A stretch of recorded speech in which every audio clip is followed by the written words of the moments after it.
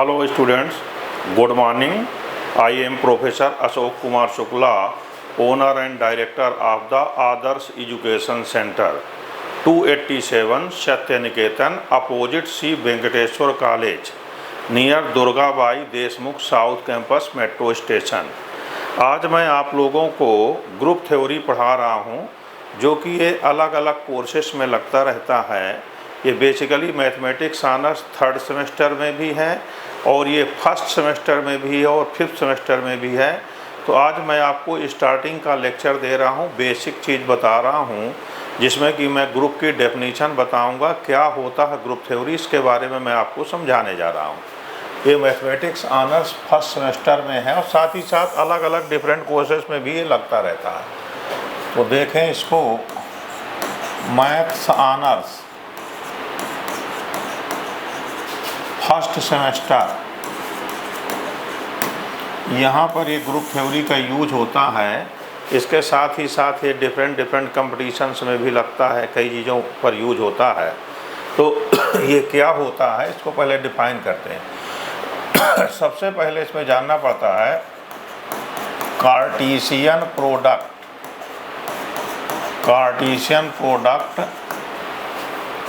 Of any two sets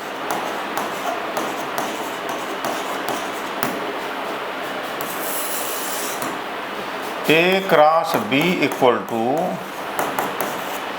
A comma B such that A belong to A and B belonging to B।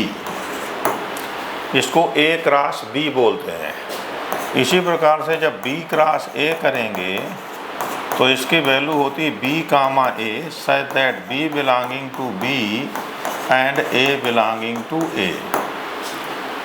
Example के लिए देखिए आप, if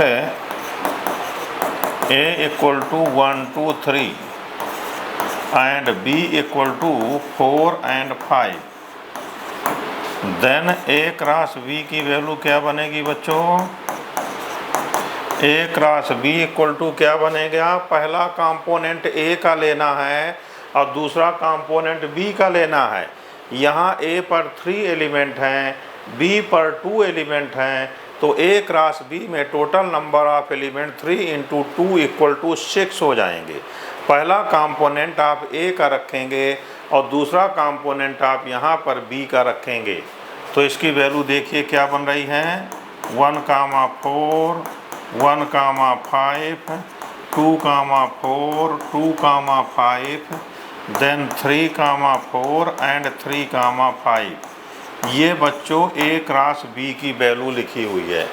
लेकिन इसी के साथ यदि आप A क्रॉस A लिखना चाहें तो A क्रॉस A की वैल्यू क्या देखिए, 1 1 1 2 1 3, इसके बाद है 2 1 2 2 2 3, then 3 1 3 comma 2 and 3 comma 3। A में 3 एलिमेंट थे, तो A क्रॉस A में 3 इंटू 3 इक्वल टू 9 एलिमेंट्स आ गए हैं। ये A क्रॉस A की डेफिनीशन है। मैं इसको इसलिए बता रहा हूँ कि जब भी हम ग्रुप थ्योरी स्टार्ट करेंगे वहाँ इसकी ज़रूरत पड़ेगी। अब देखें A क्रॉस A की डेफिनीशन क्या हो गई, Therefore we can write A cross A equal to A comma B such that A and B both belonging to A। अब कुछ लोग इसको क्या कह देते हैं कि ये A क्रॉस A को if we write, यदि हम ऐसा लिखने पाते A क्रॉस B को, कुछ लोग कुछ बच्चे गलती बस ऐसा बोलते हैं A comma A such that A belong to A। उस स्थिति में ये क्या बन जाता, ये 1 1 और 2 2 और 3 3 बनता, जो कि रॉन्ग है। A क्रॉस A में आपने देखा 9 एलिमेंट आए हुए हैं। जब A क्रॉस B की डेफिनेशन ऊपर वाली लिखे, A cross A equal to A comma B such that A and B both belong to A, but if we write A cross A equal to A such that A belong to A, then we are getting wrong result। इसलिए ये सही नहीं है। आपको A cross A की definition में A comma A नहीं लिखना है, क्योंकि यदि ए कामा ए लिखते हैं तो दोनों कंपोनेंट इक्वल होते हैं। उस स्थिति में इसका रिजल्ट 1 1 2 2 एंड 3 3 आ जाएगा, जो कि रॉन्ग है। Which is wrong. तो आपको किसी हाल में ए क्रॉस ए की डेफिनीशन ये नहीं देनी है, ए क्रॉस ए की डेफिनीशन ये होती है। उम्मीद कर रहा हूँ कि बच्चों आपको कार्टेशियन प्रोडक्ट ठीक से समझ में आ गया है। अब जब कार्टेशियन प्रोडक्ट आप समझ गए हैं तो हम कार्टेशियन प्रोडक्ट के आगे चलते हैं, क्योंकि ग्रुप थ्योरी जब भी पढ़ाते हैं तो सबसे पहले आपको वहाँ बाइनरी कंपोजिशन का यूज करना पड़ता है, और बाइनरी कंपोजिशन के लिए हमें कार्टेशियन प्रोडक्ट का यूज करना पड़ता है। इसलिए हमने आपको एक एग्जाम्पल से इसको यहाँ पर Cartesian product of two sets को समझाया है। अब देखें ग्रुप को कैसे डिफाइन करेंगे। तो जब ग्रुप को डिफाइन करेंगे तो सबसे पहले यूज होगा बाइनरी कंपोजिशन। इसको हम बाइनरी ऑपरेशन भी लिख सकते हैं, कुछ लोग इसी को बाइनरी ऑपरेशन लिखते हैं, दोनों नाम से इसको बोलते हैं। ये एक सिंबल होता है। बाइनरी ऑपरेशन को हम लोग स्टार से डिनोट कर दें, थीटा से डिनोट कर दें, डॉट से डिनोट कर दें, ओ से डिनोट कर दें, एक केवल सिंबल है। इसकी डेफिनीशन क्या होती है वो देखें आप। डेफिनीशन, क्योंकि ग्रुप थ्योरी पढ़ रहे हैं तो अब हम सारा चीज़ ग्रुप के हिसाब से आपको समझा रहे हैं। If G be a non-empty set, if G be a non-empty set, then any binary operation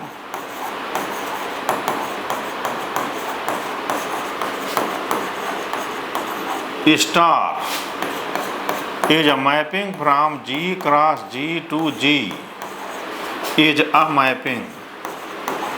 binary operation एक मैपिंग होता है जी क्रॉस जी से जी पर। अब जी क्रॉस जी क्या है? Cartesian product. आप जी टू जी, जी से जी में कार्टेशियन प्रोडक्ट कर दिया, वो जी क्रॉस जी लिखा हुआ है। इसीलिए पहले हमने आपको ए क्रॉस ए बताया था। तो any mapping star from G cross G to G is a mapping, this is called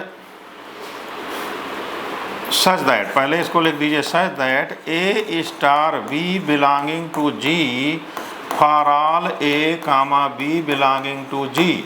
अभी हमने थोड़ी देर पहले आपको ए क्रॉस ए की डेफिनीशन यहाँ बताया था कि ए क्रॉस ए क्या होता है। ए क्रॉस ए में हमने यही बताया था, A comma B such that A and B both belonging to A.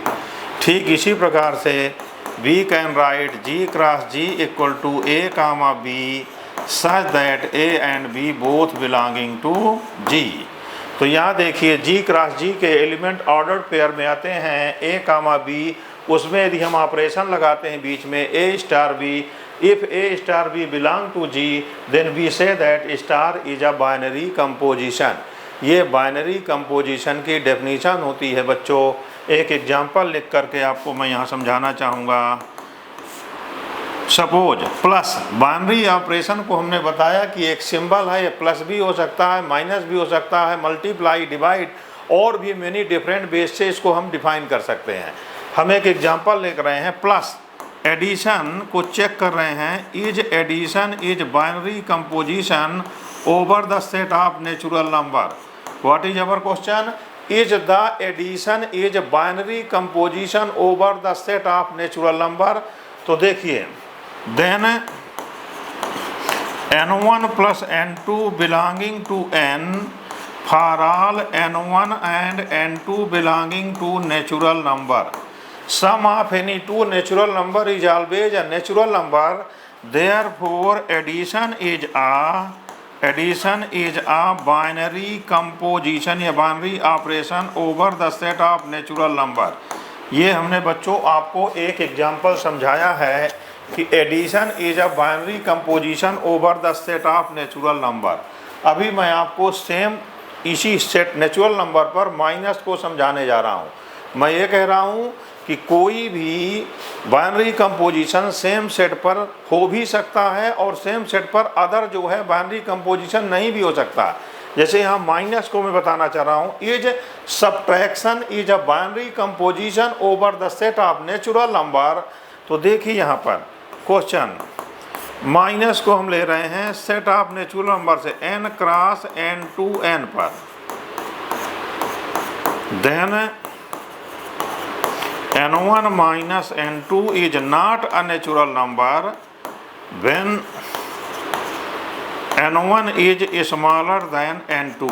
If n1 is smaller from n2, then n1 minus n2 cannot be natural number. Less or equal to 1 minus 1 equal to 0. This is not a natural number. 1 minus 2 equal to minus 1. That is not a natural number. Therefore, subtraction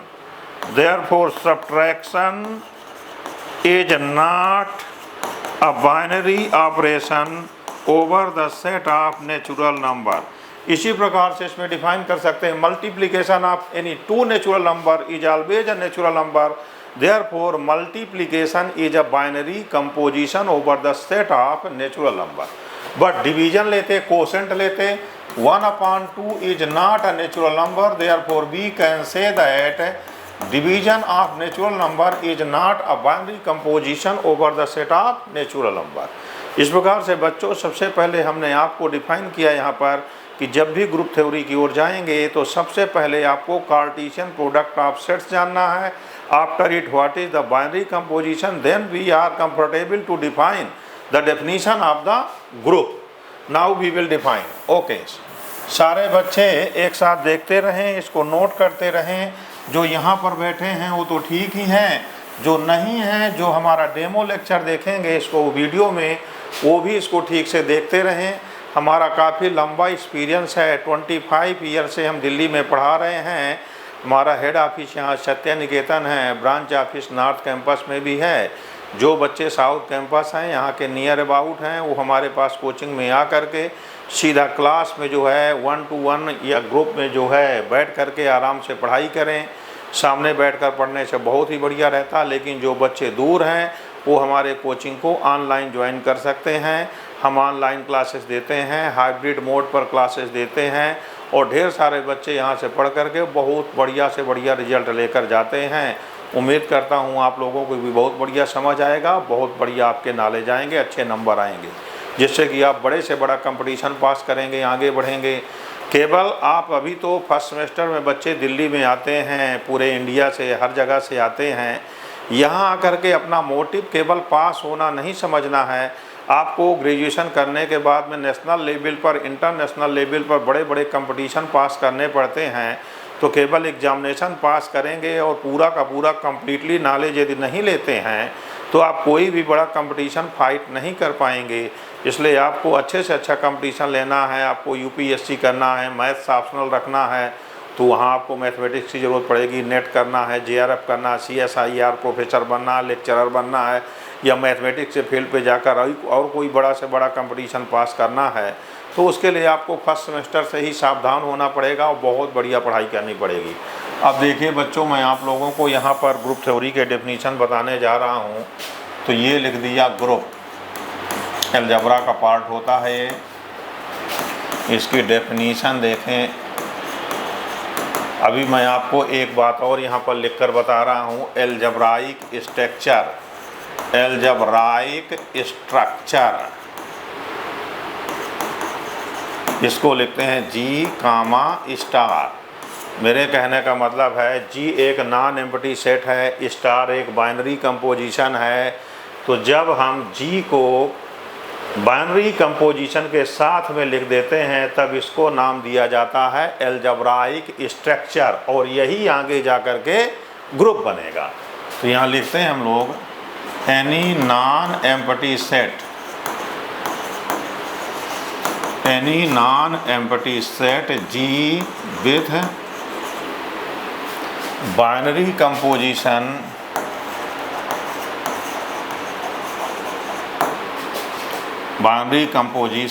star is called group. इसको हम एक group बोलेंगे।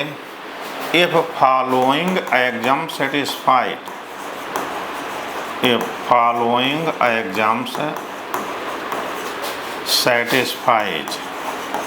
इसमें 4 exam होते हैं बच्चों, वो चारों एग्जाम का मैं लिख रहा हूँ 1 बाई 1 करके। G1 ग्रुप का एग्जाम नंबर 1, इसको बोलते हैं closure exam. Closure exam, closure exam का मतलब है कि बाइनरी कंपोजिशन हो जाना चाहिए। क्लोजर एग्जाम का मतलब है कि स्टार जो है एक बाइनरी कंपोजिशन है। इसका मतलब है A star B belong to G for all A B belonging to ji.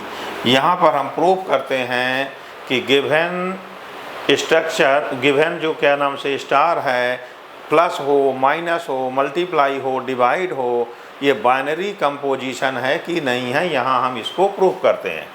G2 group का एग्जाम नंबर 2, इसको बोलते हैं एसोसिएटिव एग्जाम। एसोसिएटिव एग्जाम ये क्या होता है बच्चों? A star B star C equal to A star B star C for all A B C belonging to G. इसको आपने सेट थ्योरी में 11th क्लास में भी संभवतः पढ़ा होगा। तो ये एसोसिएटिव एग्जाम भी यहाँ पर सेटिस्फाई होना चाहिए। G3 का मतलब है identity exam. Identity exam, identity हमेशा ग्रुप की होती है बच्चों, आइडेंटिटी कभी एलिमेंट की नहीं होती है। यहाँ लिखा हुआ है ग्रुप का एग्जाम नंबर 3, जिसको हम बोलेंगे आइडेंटिटी एग्जाम। ये क्या कहता है? There exist E belonging to G such that A star E equal to E star A for all A belong to G. यहाँ ये कह रहा है आइडेंटिटी एग्जाम में ई को हम आइडेंटिटी को ई से डिनोट कर रहे हैं, यहाँ पर ई से। तो ये कह रहा है कि जी में एक ऐसा एलिमेंट ई का एग्जिस्ट होना चाहिए, अस्तित्व होना चाहिए, या एक ऐसा एलिमेंट ई जी में होना चाहिए कि जब भी हम ए स्टार ई करें तो ए आ जाए, और ई स्टार ए करें तब भी ए आ जाए, एवरी एलिमेंट के साथ में। Then we say that identity exam is satisfied. Okay, now exam number 4, see exam number 4। ये एग्जाम नंबर 4 क्या होता है इसको भी देखिए। For each a belonging to G implies there exists A inverse belonging to G such that A star A inverse equal to E equal to A inverse star A।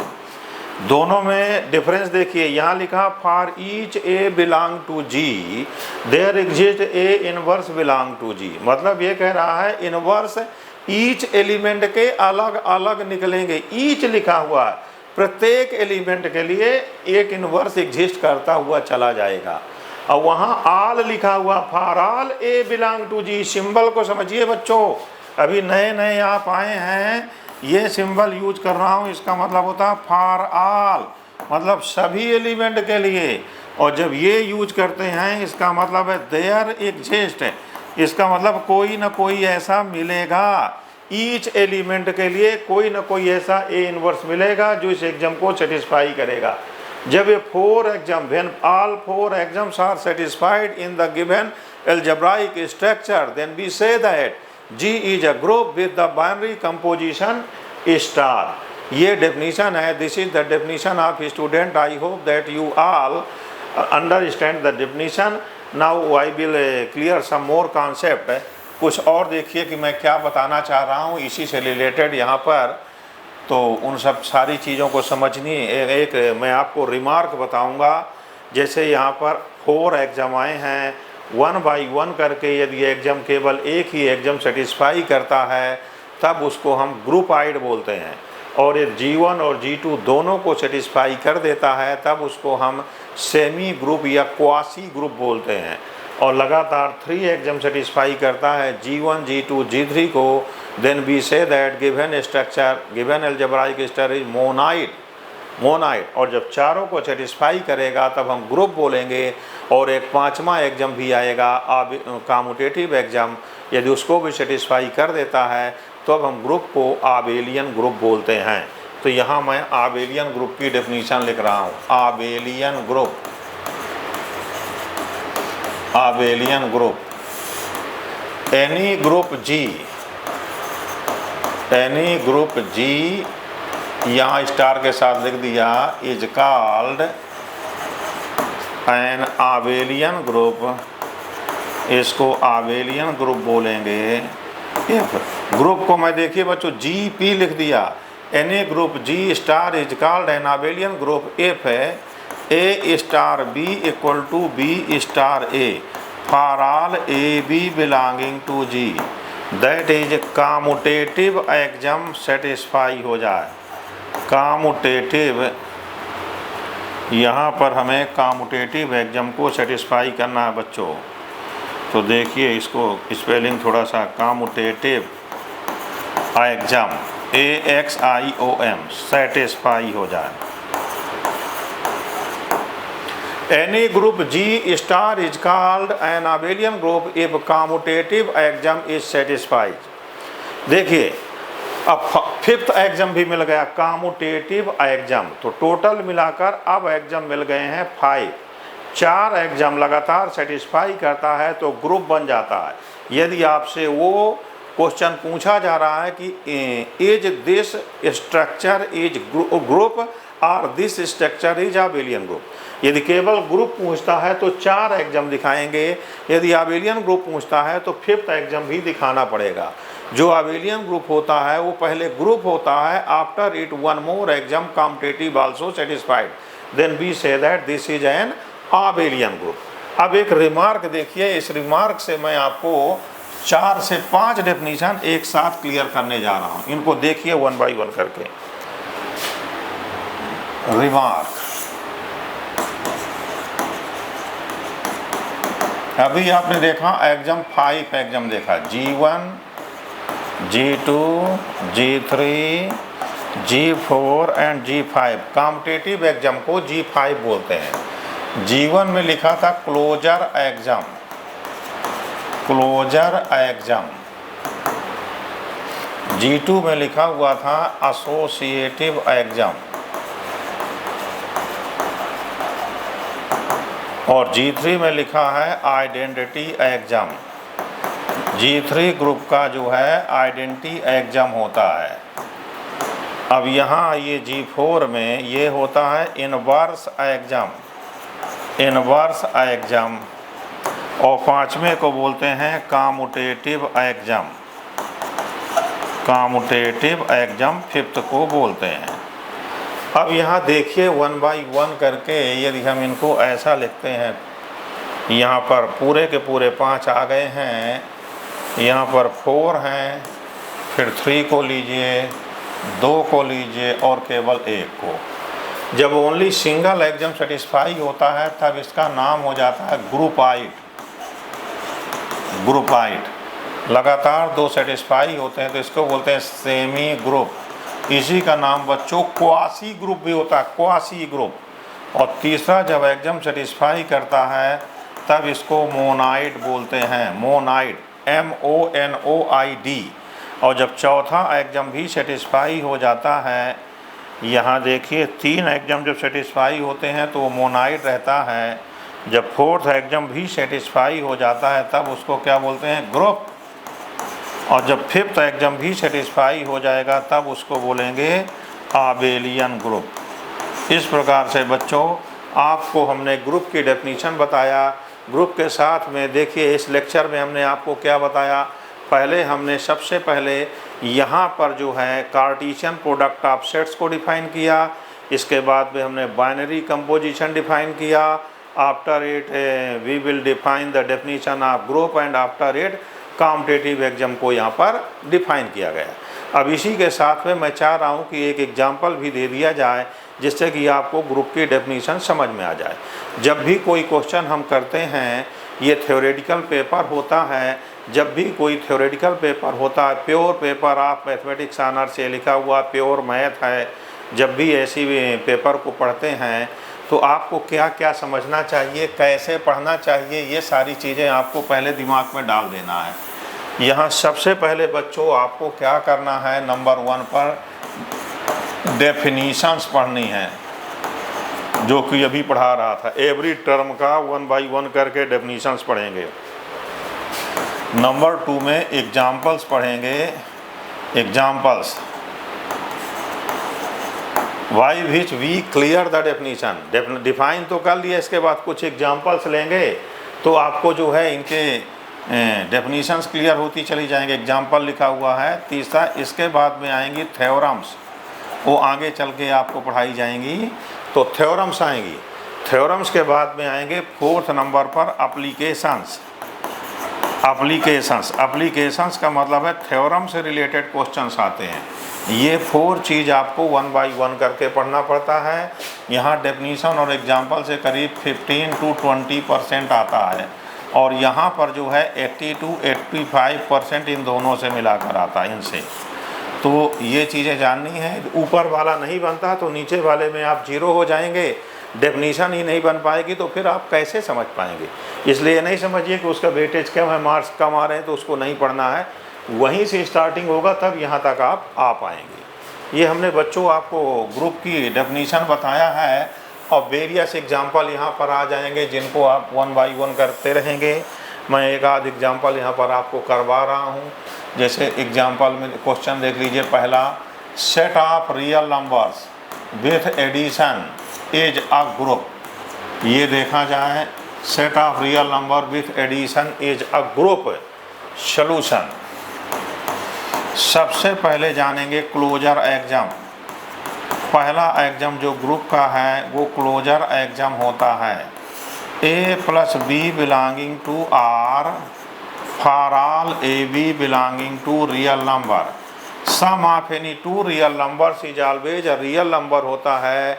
I am saying that sum of any two real numbers is always a real number, therefore closure exam satisfied. We can write here this exam is satisfied और hold, कुछ भी लिख सकते हैं आप। इसके बाद आता है दूसरा एग्जाम, एसोसिएटिव एग्जाम। ये G1 लिखा था, ग्रुप का एग्जाम 1, यहाँ G2 लिख रहा हूँ, एसोसिएटिव एग्जाम। एसोसिएटिव एग्जाम भी यहाँ रियल नंबर में सेटिस्फाई होता है, ये आपको पता है। यहाँ पर थोड़ा सा बड़ी सिंपल एग्जाम्पल हमने ले लिया था तो आपको आसान लगेगा, लेकिन आगे जा कर के कई वेरियस एग्जाम्पल आएंगे जो काफ़ी कॉम्प्लिकेटेड हो जाएंगे। यहाँ पर since addition of real number satisfies always the associative exam, therefore here we can say that associativity is satisfied. यहाँ पर जैसे देख लीजिए, कोई भी 2 रियल नंबर लेते हैं, 1 + 3 + 6 है इक्वल टू 1 + 3 + 6 रहेगा, एटसेट्रा एटसेट्रा। तो इसको आप लैंग्वेज में लिख देंगे कि addition of real number always satisfied associative exam. तो ये भी यहाँ सेटिस्फाई हो रहा है।